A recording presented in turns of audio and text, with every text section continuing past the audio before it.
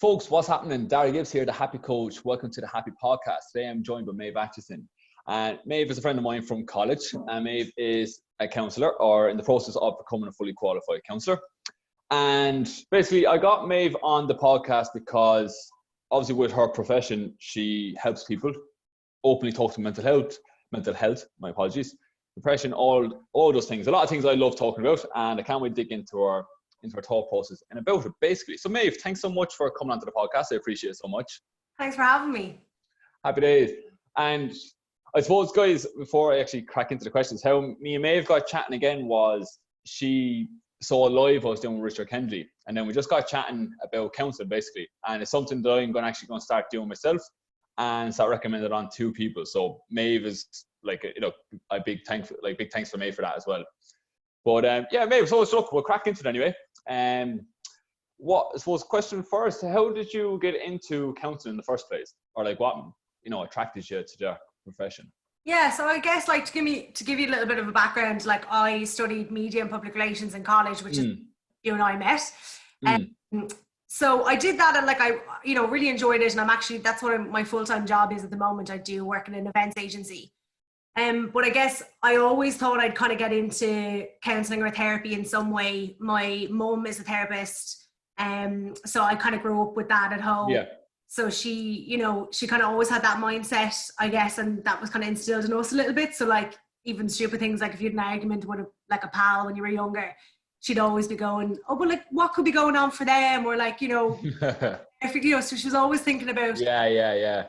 So that kind of was instilled in us, and just the idea of helping people. So my sister went on to train to be a counsellor as well. So it's kind of in the family, I guess. Yeah. So I always knew I'd kind of get around to it eventually. And I started my studies, nearly 2 years ago now, part-time. So I stayed working in events, love it. But I've been studying counselling and psychotherapy on the side. So that's kind of how I got to where I am at the moment. Happy days. And just on that part then, obviously your mother is a counsellor. How was that, I know you said growing up, would you have just naturally been raised to be very open-minded with your thoughts and expressing yourself?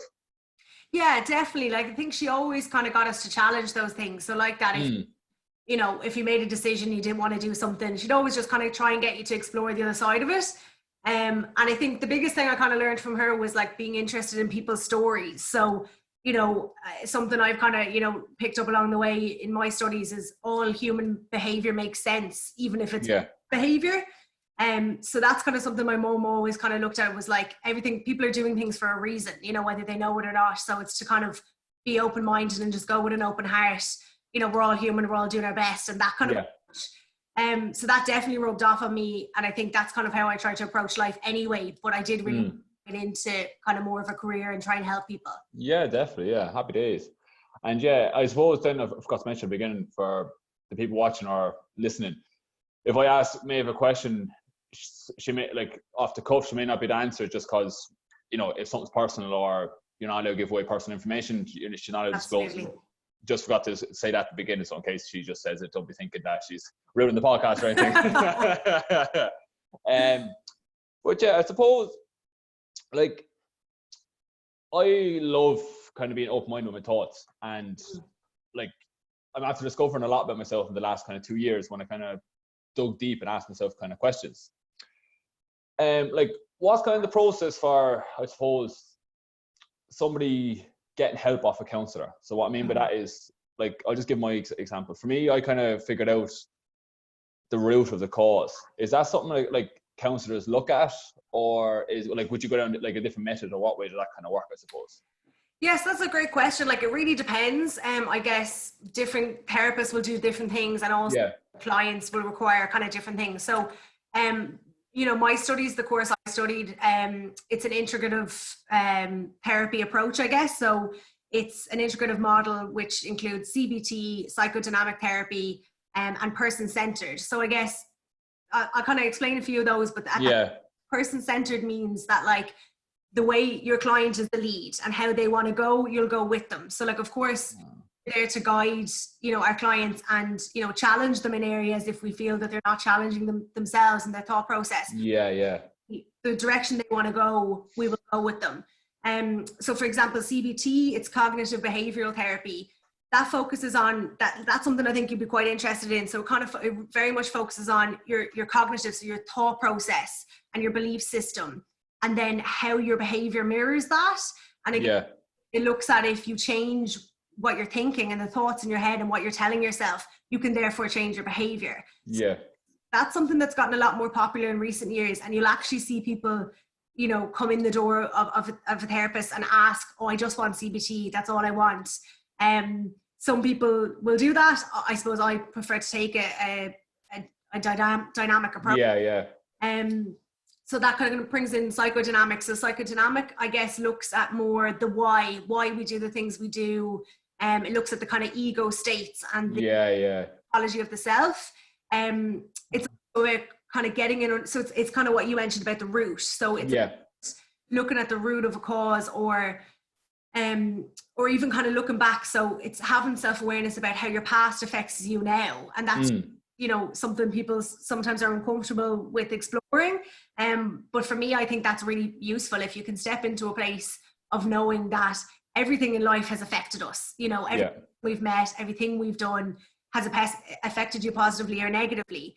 And it's a really good area to explore, because you can even look at yourself then, and even if you think you're the most positive, lovely person ever, chances are you have affected someone in a negative way along. Yeah, of course. So stepping into a place of knowing with that can kind of help you move forward and make more, I don't want to say better decisions, but your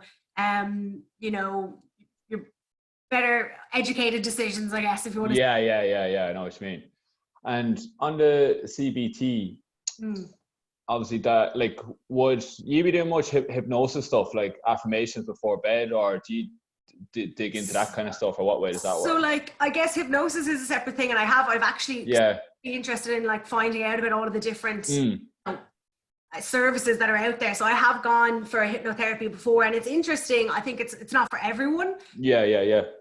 And I think, you know, it can sound a bit woo-woo to people, but I have heard great things about, you know, people using it to quit smoking or to lose weight, or even with smaller things. So it, you know, it does work.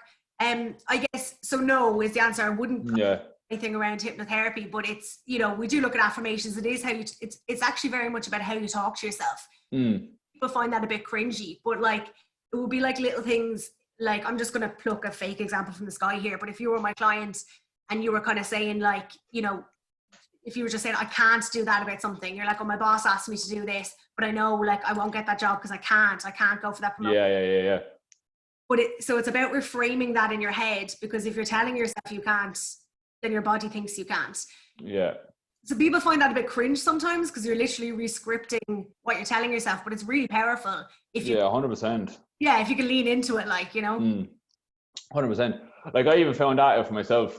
Oh, when I first started getting into all that kind of stuff, like, it is true, like, that your thoughts do come into your reality. Like, if you're saying shit stuff about yourself, there's a higher possibility that shit thing is going to happen. Or exactly. Like, I even find it one of my own clients, like, oh, I can't lose weight, or I'm always going to be overweight, you know, and they're already projecting stuff they see for themselves. Exactly. That's how they view themselves. And that's a lot of people, like, I'm dumb, I can't see that, I won't get that job. So it's actually really interesting when you're touching on that. Yeah. And even like, so something we kind of often say, like how you said, if someone says, I can't do that, I cannot lose weight, I'll always rise. Like, that's literally a banner you're putting over your life. Yeah. If you choose to walk underneath that banner, that's how it's going to play out. So it is about kind of changing that. And also then some people just want to focus on that and changing what they're saying to themselves. But I find it a little bit more interesting to look at, why do you say that to yourself? So yeah. Sometimes be as small as, so if you were always saying, like, I'm stupid, so I can't do it, I'm stupid. It can be that when you were a child, someone once said to you that you were stupid and it stuck with you. And it can be as simple as that. But people don't voice those things. As you get older, you feel stupid for saying, oh, it really hurt my feelings when a pal of mine or a teacher said I was stupid when I was in 6th class. Yeah. By addressing that happened, you can really kind of get a bit of freedom and get a bit of peace over that and move forward. So that's why I love the combination of the CBT and the psychodynamic. But look, some people are just, you know, they think they know exactly what they want, and that's fine. If that's what they want, go for it, you know? Yeah, I getcha. Yeah, no, that's actually really interesting. And like, would you find with clients that they're set in their ways, even though, like, you know that they may need this therapy or this help, but they're kind of just set in the ways that, look, I only want CBT instead of maybe hypnosis therapy, for example, even though the hypnosis therapy would definitely benefit them. Can you change that about them, or what way does that work? Like, I think everyone is different, and yeah, look, you do see that. Like, sometimes you see someone sitting in front of you and you're like, they just don't want to go there, wherever there is, they don't want to go there and lean into that. And you can sit there and know it would really benefit you if I could get you to. But a big part of the person-centered piece is to not go ahead of your client. So sometimes you'll know, oh, look, it'll be really good for them. But the thing is, when you're exploring kind of self-development and, you know, working through your shit, it's not all sunny and roses. Like, you kind of, you know, you have to go through the shit to get out the other end. So yeah, you can't force someone into looking at an area of their life that they're not ready to approach, because if you go too far ahead of them, you know, if they're physically not ready for it, you could do more than you do good. So it's about that kind of knowing what they do need, but hearing where they're at and meeting them there, and then kind of taking it from there, I guess. Yeah, that's really interesting, because anybody who kind of has any friendships, or even for me with my clients, like, I know some of them may have potential to do more, but if they don't want to do it, it's going to make, you don't want to push them. That's actually kind of really interesting. You're saying, like, that could go in all parts of life, I suppose. Exactly. And then, you know, you're touched on there, obviously, self-awareness. How do people get in touch or realize that, you know, I need to be aware of my thoughts, how I'm speaking to myself, you know, my, you know, self-sabotaging, etc. Like, how do people actually, like, how do you educate somebody to understand self-awareness, I suppose? Yeah. Well, I guess it's a big question, and I can't answer it outright. Like, even for me, it's a process. Like, we'll always be layers of becoming more self-aware in life. Like, I don't believe that you know, do a certain amount of therapy and that's it. You're aware of everything, you know. And even as therapists, like, we have to go to our own therapist and clock up a certain amount of hours, and like, it's really beneficial. And sometimes I can't believe the new things I'm learning about myself. I'm like, all, you know, but you just don't. I guess there's loads of different ways. I do think, like, I definitely found, like, there's really interesting psychologists and doctors who, like, online, who make it digestible. So don't make it so kind of, you know, educational and like boring to listen to. Even Brené Brown, you know, she's a researcher, but I don't know if you've seen any of her stuff on Netflix, or she has a podcast.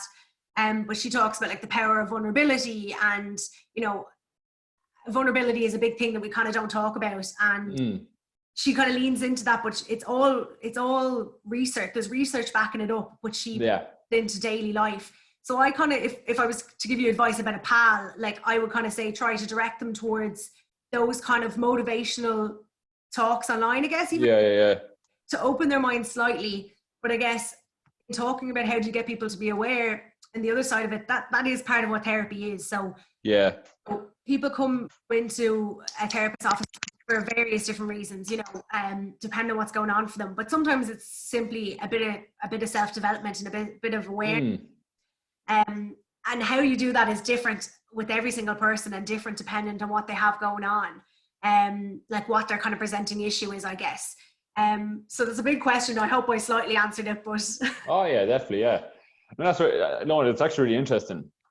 And like, for somebody who is like sitting there unsure about should I get counseling or not, what advice would you give them, I suppose? Because for me, like I would never consider it until I started talking to you. I was like, fuck yeah, I can definitely deal with a bit of personal development, because like the way I phrase it to everybody when speaking to them, wherever, everybody's kind of fucked up in their own way. Even the president of the world or whoever, everyone is a bit fucked up in their own way. And I think it's good to understand yourself. And like you're touching there, it's really, really, really interesting figuring out your fucked upness or whatever song. I just like phrasing it that way. But like, everyone's a bit weird in their own way, and it's kind of cool figuring out, I act like that because this thing happened in my childhood, and then you understand, you're like, you get control with it. Yeah, like, that's the thing. What I find so interesting is that I think sometimes people are scared about, like, counselling and therapy, because I think people think, first of all, like, there's this bit of a stigma in Ireland. It's just kind of, it's definitely shifting, it's definitely moving. Well, you know, in America, every second person has their therapist, or like therapist at that. But here it's real, like, you can't tell someone you're going to a therapist. Like, And, you know, obviously it's part of my course that I go to for therapy, but I don't think I'll ever stop because I think it's amazing for personal development. But I can see sometimes if I say to one of the lads in the office, I have an appointment, and they're like, oh, what do you have? And I'm like, oh, I have therapy. They're kind of looking at me like, I can't believe you just told me that you're going to. But to me, I'm like, it's the same as going to a doctor. It's the same as getting nails done. It's a service. But it's just like, it's the same as going to a personal trainer. Like, you're investing in you, just how you choose to spend your money. I guess, what would I say to someone who's reluctant? I definitely, look, I think everyone can benefit from it. Do I think, I'm not necessarily saying we need to be like the States where every second person has a therapist and they're going constantly. It's not for everyone, but I do think everyone can benefit from it. I think sometimes people can be put off. They might say, oh, I went to a therapist once, really didn't like him, you know, I'm never doing it again. But I guess if you went to a doctor that you didn't like, you'd try someone else till you found someone you did. And the same with a hairdresser or whatever else. But people have this thing about spending money on therapy that they're like, but I went for 3 sessions with this therapist and it wasn't a good fit. And I spent €60 on each of those sessions. I'm not doing that again. But they could be spending that on their hair or physio or whatever. So it's about changing the way people look at therapy and what it is. And then, I do just think everyone can benefit it from like my own experience. I think a lot of people only seek out therapy when they're really in the shit, if that's that's what we want to talk about. And it's kind of the last resort. Things have gotten so bad. And look, it's amazing that they reach out, and of course that like people get amazing healing and peace from that. But I've done some of my best personal development work by going to my therapist in the last couple of months when like life is really good, because it gives you a chance. You're not dealing with like any intense emotions that are going on right now or intense stresses that you have in your life like at that time. So it really gives you a chance to like reflect on your own behavior, your life, you know, your regrets, your hopes, and it kind of gives you just the opportunity to breathe with it and be like, okay, what do I actually want? So that's what I would say about my own experience. I found that really helpful. So I think, you know, there's no wrong time to go. If you're really, really struggling and you need it, go make an appointment. Try and get a recommendation from someone. You'd be so surprised. Like, I've always over the years seen people give each other recommendations and numbers. What I will say is, if your friend found a therapist really good, it doesn't mean you'll like them, because we all have different kind of personality styles. And some people react, you know, better to a therapist who is an activist or, you know, a pragmatist, depending on what kind of person you are. So, you know, it's going to be personal to you and try it out for size, but I do try and get a recommendation. I think that's kind of a good place to start, and you'll be surprised. There'll be someone in your life who has someone you can recommend. If you're really going through a bad time, I mean, talk to your doctor. Your doctor is always going to have a therapist to recommend, you know, you have to. So that's a good starting point, but I like to get a friend or family recommendation if I can. Yeah, definitely. Yeah, like I think word of mouth is just so powerful regardless of what business you're in anyway. But I think with something like that, because it's so personally connected to your emotions, you feel way more comfortable with actually speaking with somebody that you have some bit of connection with, I suppose. Yes, yeah, exactly. And I got a really good question actually. So I may as well ask now of somebody later on. And what's the best way to find a counsellor that suits your needs? So like, I know you're kind of touching on it there, like can you go to a counsellor and just after one session, look, I didn't like it because my personality is just completely opposite your personality. Like is there any awkwardness to that, whatever way? No, and look, I think it can be hard for people, like, you know, as my lecturer would say, like he wants people to ring him up and quiz him. And when they come into him, he's like, I want you to do that because it means you're doing your research and finding out if I'm the right fit for you. I think people are slightly, like, I don't know if it's an Irish thing, but slightly uncomfortable with saying they didn't like something. But no, I don't think, like, there are no therapists won't take offense to the fact that you don't. If you choose not to come back and, you know, spend your money, that's fine. But I do think it's useful to say why. So I think rather than just never booking an appointment with that therapist again, I think it's better to say, look, I didn't really think this worked for me and this is why. Because most therapists might say, if you can openly say, look, I just didn't think our communication styles were a good fit or whatever it is, that therapist might have someone they can recommend to you. Yeah. Like, I'll give you the example. My therapist, like, he's amazing. And I'm like, I'm saying to everyone, he's the best therapist out there. He's the best therapist. But I also know that his style works for me. And I know that I have people in my life who I would recommend therapy to, but I know he wouldn't be the right fit because he you know, he's not the right style for them. You know, so you kind of start to get a feel for that. But I would definitely say do your research. Like the IACP, if you look up that website, registered therapists in Ireland, most of them are on that. So you can go through, and most of them list the types of therapy they do. So if they do CBT or psychodynamic or whatever they do, and they'll also usually list the types of areas they work in. So if someone specifically works with addiction or someone specifically works with grief, usually list those off, because I guess no therapist can be everything to everyone. Yeah. There are niches and there are certain areas. So just kind of, I would say, kind of shop around like that. And like that, to that person who asked that question, I think that's brilliant. But if they can get, you know, recommendation, word of mouth, but if you can manage, rather than someone just saying, I have a phone number, if you can manage to say to them, like, ask the person who's gone to them questions like, why did you like the person? What kind of communication style did they have? Were they very direct and challenging, which is, you know, some people need that? Or were they very like soft and, you know, those little questions. Yeah. Feel for it. But it is difficult. I won't lie. You know, it's like how do you know how good it is until you go and you try it out. But that's my biggest thing. I'd say if you really want to do it and you need it and you go to one and you didn't think it was a good fit, you know, try again. Like, don't kind of give up, because there's amazing therapists out there. Just if you meet someone you don't like, I'd hate that to stop you getting, you know, great self-development work or great help that you. Yeah. I think it's like that though with everything. Like you said, like if you're going to different barber, hairdresser, if you don't like it, go on somebody else, or personal trainer, or restaurant, whatever. Like it's just something that shops around. Something that you kind of mentioned earlier on, but that woman speaking about vulnerability. Yeah. So, like, can you kind of elaborate on what you mean by vulnerability as a sign of strength? Now, like, I know myself, opening up about your feelings and just letting go, because that is a sign of strength. You know, I phrase it differently, but like, what's your kind of touch on vulnerability, and like, how is it a strength, I suppose? Yeah, I think that's like so interesting that you said that, because that's literally, it's such a strength, and I think it's something we all shy away from. But yeah, I guess being vulnerable is like kind of being purely honest about what, you know, why, not in terms of like an opinion, in terms of, you know, speaking into someone's life about opinion on their life, but being completely and solely honest about your wants and your needs.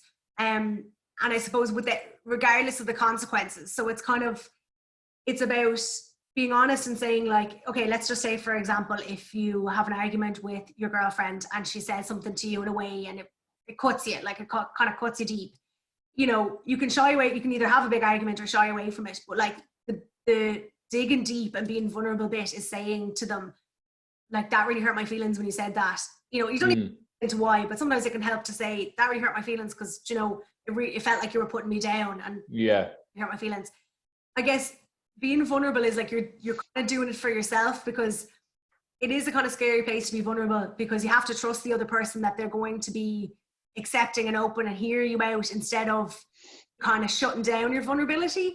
I can send you on something that might be a good link for people to listen to if they're more interested in it. I guess when you're being vulnerable, it's about being like, when practicing vulnerability, it's about being safe. So particularly for people who aren't vulnerable with their feelings or, you know, their thoughts generally, when you start to do it, it's like a practice. It's like meditation or mindfulness, like ease into it, and it's hard. And the more you do it, the easier it gets. But you have to do it with people who you're safe with. So, you know, if you were like my really trusted friend and I know you won't shut me down, I'm trusting you when I'm vulnerable and telling you how I'm feeling. I'm trusting that you're not going to shut me down.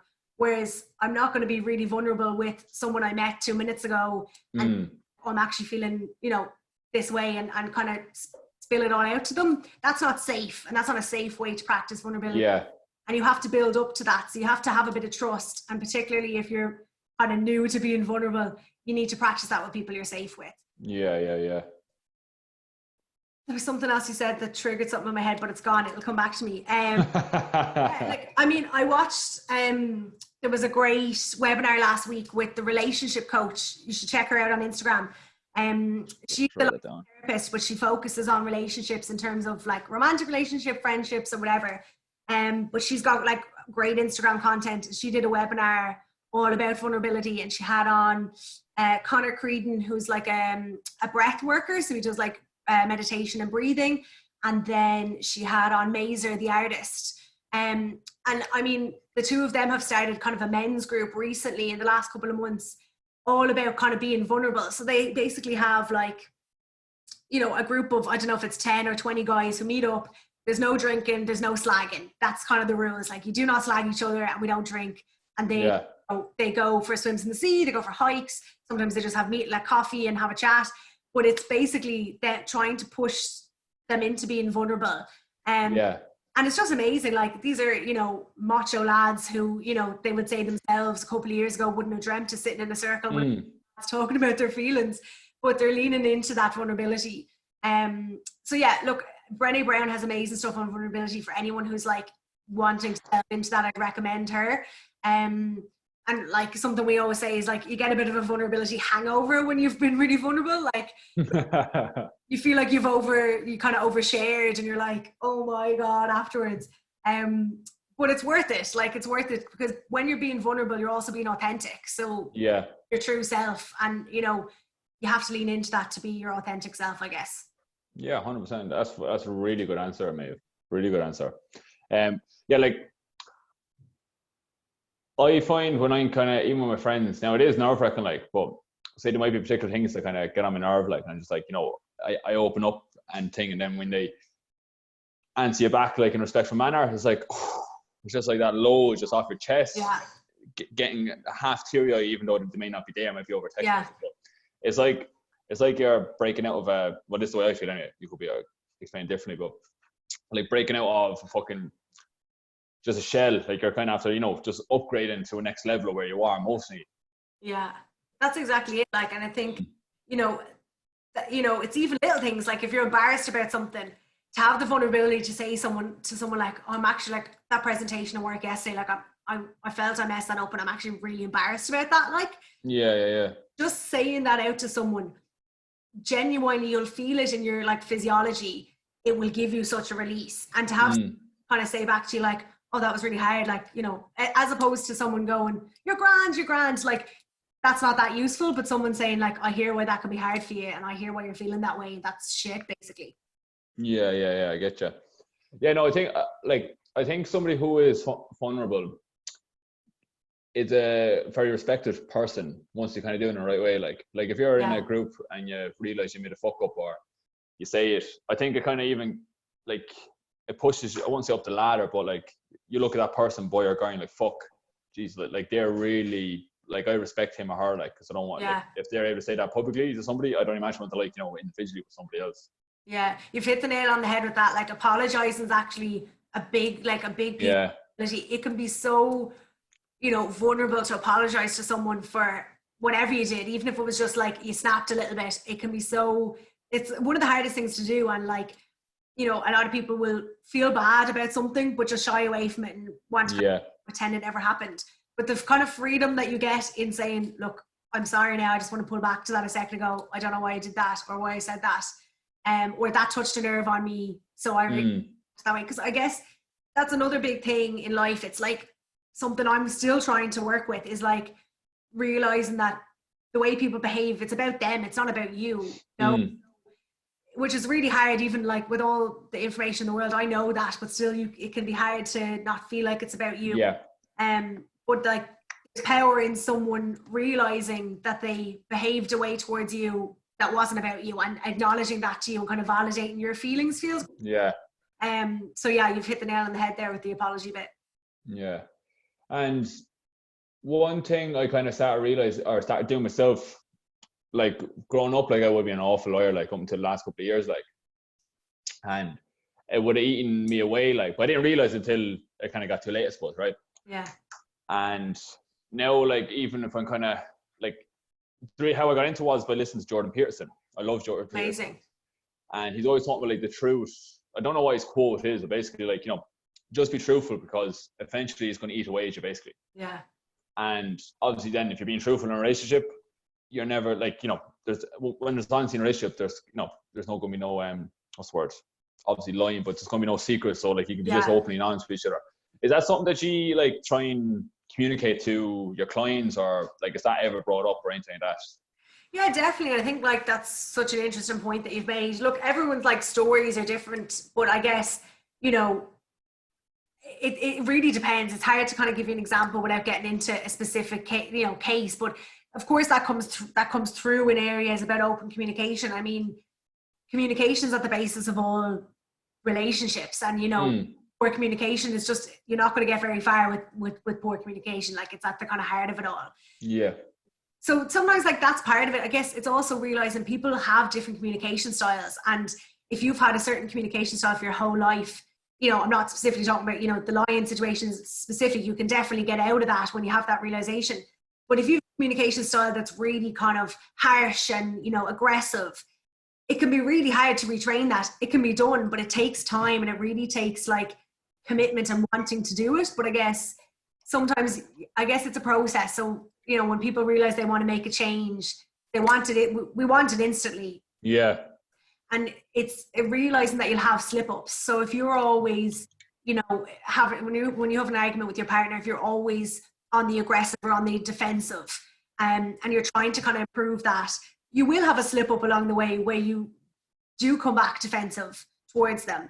You don't throw the baby out with the bath water. Then you need to go, okay, I had a slip-up today, but I reset and try my new approach again. And that's the same with anything. But it's just like, you're not going to get the instant results. You have to practice it to retrain your brain and kind of go with it. But I think it's amazing that you just like had such a realization from looking at his work. Like, that's huge to be able to just look back and go, I totally want to change some of what I've been doing for the last few years. Like, I think that's amazing. Yeah. Yeah, no, like when you were touched on the motivational stuff, that's why I kind of got into everything about 2 years ago. I started watching shit and just like mine started growing. And what else was I going to say there? Damn, someone's got my head. I wanted to touch on something that obviously everyone goes through, and obviously you probably would deal with a lot of it as a counsellor. What causes depression on people, basically? Like, is there any kind of root, like any common thing that you've seen over the number of clients that you had that, geez, that's probably something I think is common that causes depression, how that individual or individuals combat it then or get over it. Well, look, I won't like speak too much to, I guess, there's so many kind of layers with depression. There's a clinical depression, and there's a lot of different areas, and even with anxiety disorders is, a lot there's people kind of suffering with anxiety, and then people who have disorders. So look, I wouldn't want to give anyone, misinformation on that, but what I will kind of say is, you should look into Dr. Dan Siegel. He's like, some of what he puts out is like really, really interesting. And like he would say at the core of anxiety and depression is isolation and loneliness. And that's what he kind of puts out. And I find that interesting. I guess a lot of my work with my clients has been around self-development and around specific areas of growth or long grief. So I haven't worked with too many people who are medically diagnosed with depression. I found what he said interesting, because I think any issue we go through in life comes back to basic needs. So whether it's feeling of isolation and loneliness, or whether it's like your need for love not being fully met, or you have these feelings of loss that are unprocessed, whatever it's about, I often think the larger kind of issues in our lives, when you get through all of the layers, do come back to basic emotional needs. And that's why, in therapy, I'll often try to get people, when we're talking about different things, to like name the actual feeling, because we're great as Irish people at speaking about, I thought this and they said this and the detail, but they're not great at saying, but it made me feel X. So, I always try and get people to identify the actual feeling attached to it, which I find a lot of people don't like, but it really helps, because sometimes you can see a pattern. The same feeling again is, I felt alone, or I felt unsupported, or I didn't feel, and that can be a kind of pattern that then you can see throughout their life. Like, look, it will be a whole other podcast to get into it, but schema therapy is really interesting. Schema therapy looks at kind of what they call life traps. So they're normally, I suppose, developed in childhood in the early years, but you can technically do a trap at any point. But it's basically kind of, you had some situation in your life, it could be absolutely anything, and you have some kind of situation which caused you to kind of get these feelings, that you then carry through. It becomes your life trap, and you carry it through all of your relationships are like, you know, social communication through your life. So they're like abandonment, mistrust, you know, emotional deprivation. There's 18 of them, different. Yeah. But if you can identify your life trap, you can sometimes sit back and be like, oh my God, I never realized the pattern in my life. And it could all literally boil down to, you know, a big trauma when you're a child, or something really small, big to a child, you know, or was big to you. How did I get on to talking about schema therapy? Let me loop back. Okay, what's that?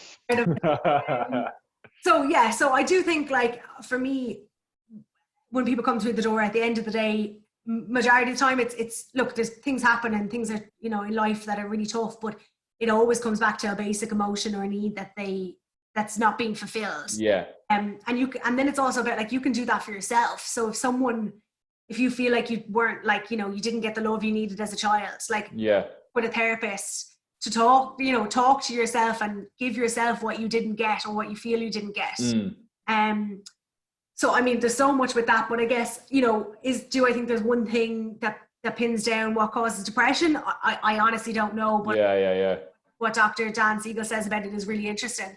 And at the end of the day, we all just want our basic needs met, and 100%. Just along the way, you know. Yeah, and just on that, actually, you're touching on, say, for example, if somebody wasn't loved when they're younger, and then when somebody gets into adulthood, then either they can be, say, in a relationship, they could either be very clingy or the complete opposite, like just push people away. Like the minute you go on a date, I'm bad for you, like that kind of person, basically.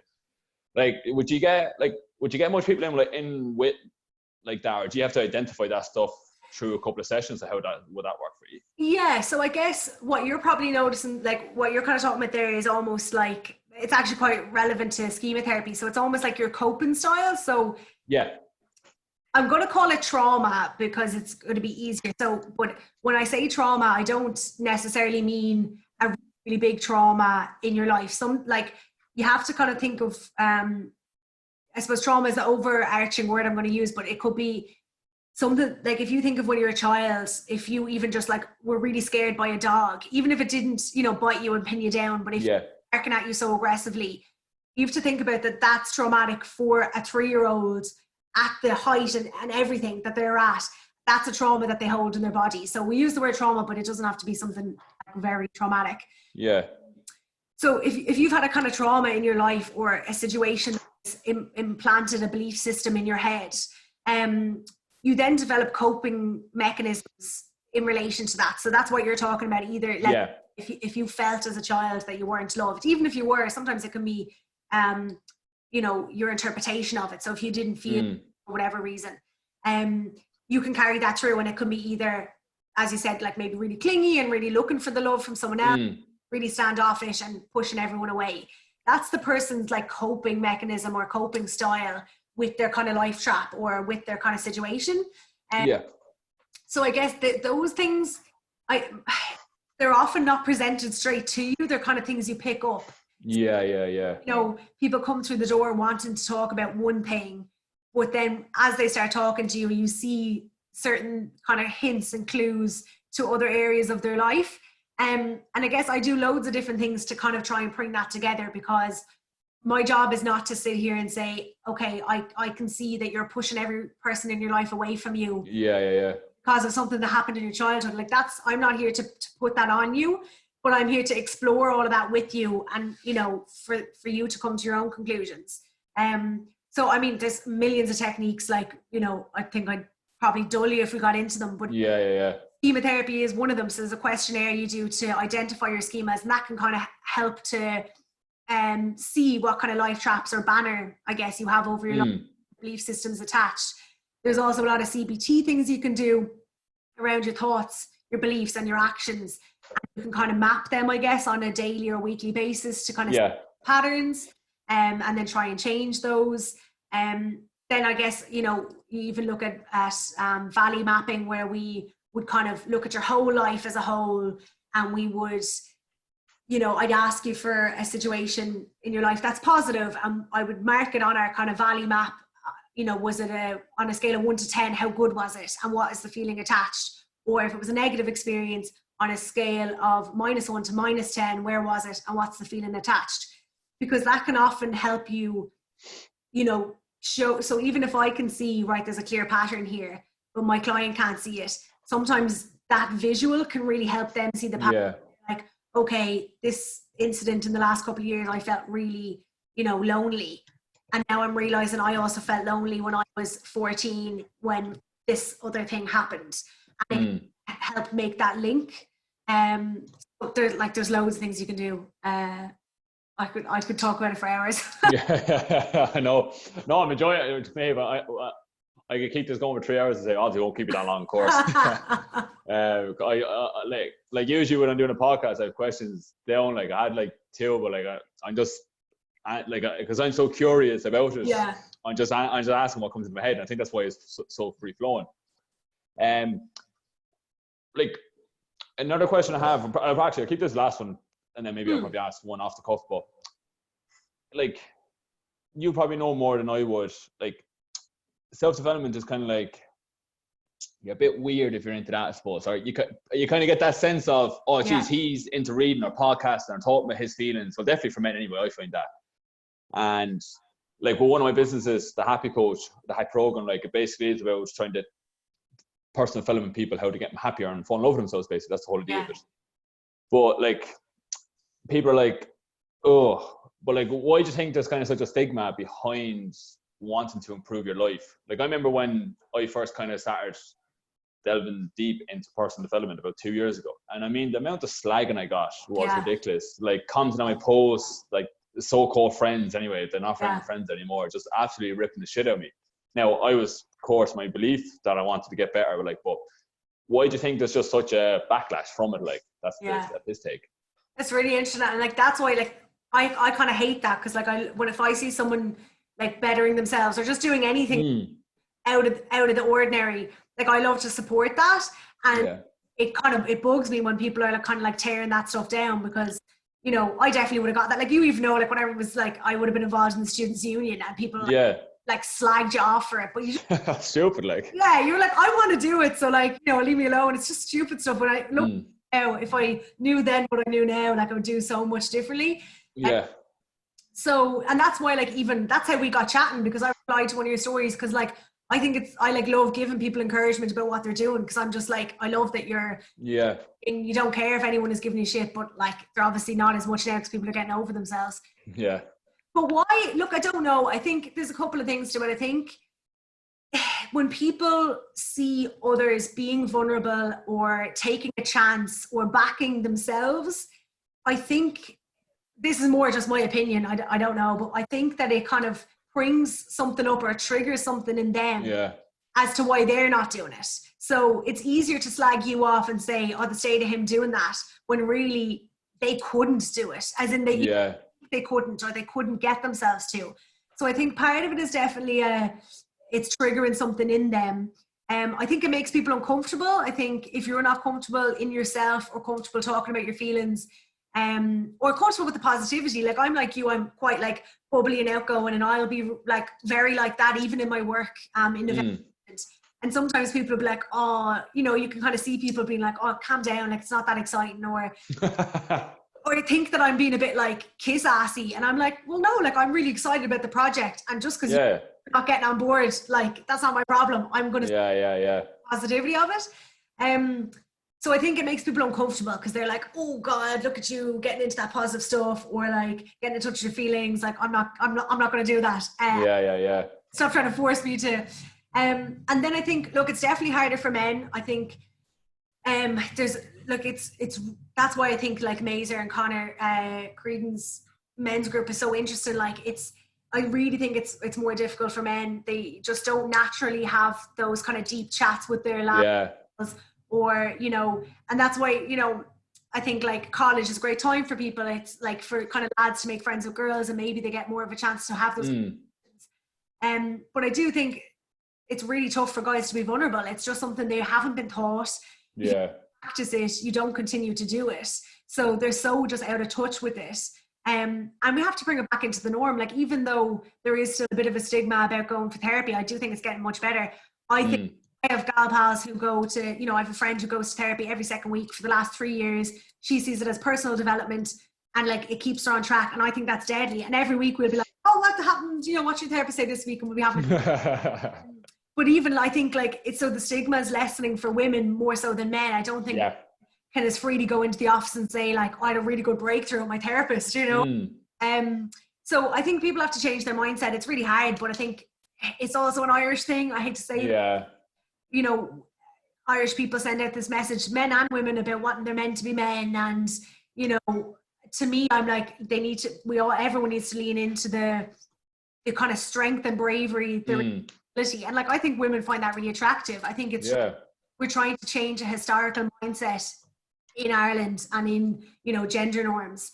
So yeah, it's really hard, but I think it's getting better. And like, I think you're helping, so keep doing what you do. Spreading the positive vibes. Yeah, 100%. Yeah, no, I think you made a good point there that, like, I do think it's culturally that it's just bred into us at a young age. But at the flip side, I do think that it's a deep insecurity that when you see somebody or somebody sees me doing something and they get triggered, that's something that they wish they can do or that they're not happy with themselves or whatever. Yeah. But suppose that kind of stems back to the fucking figuring out the root of the problem, I suppose, when I started the podcast. Exactly. It's like, I had that recently, just like, you know, I'm like, how do I not give too much away about this? It wasn't with a therapy client, but with, you know, to do with my other work, and someone was getting a negative comment online and they were kind of saying like, does that not reflect badly on me that a troll is commenting on my photo or my video? And I was just like, no, like that says more about the person behind than it does about you. And that's what you have to kind of, and look, no one's perfect. Like we all people slip into judgments, you know, and it happens, but it's about like bettering yourself. So like, I'll even catch myself and I'll be like, why did you say that now today? Or like, why did you that way? Just about catching it and going, what was going on for me that I said that? And I'll think about it and I'll be like, okay. And that's how you better yourself. Whereas if you're just out here slagging everyone and not realizing that it's more about you, you're not going to get anywhere with it. Like, yeah. That's a fucking really good answer, Maeve.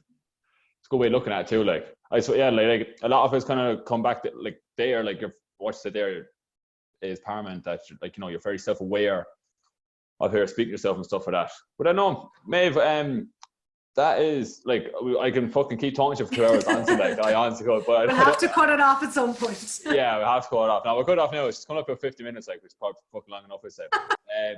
But Maeve, honestly, fucking thank you so much for coming to the podcast. Like, that was really good. I'll have to get you on another time to talk about something else, like, cause like this. Definitely, I'd love to chat to you. Thank you so much for having me on. And look, it's so great that like to reconnect with you. So it's got the power of Instagram, you know. Happy days. But no, thank you so much for having me, and keep doing what you're doing. I think you're brilliant. So thanks. Yeah,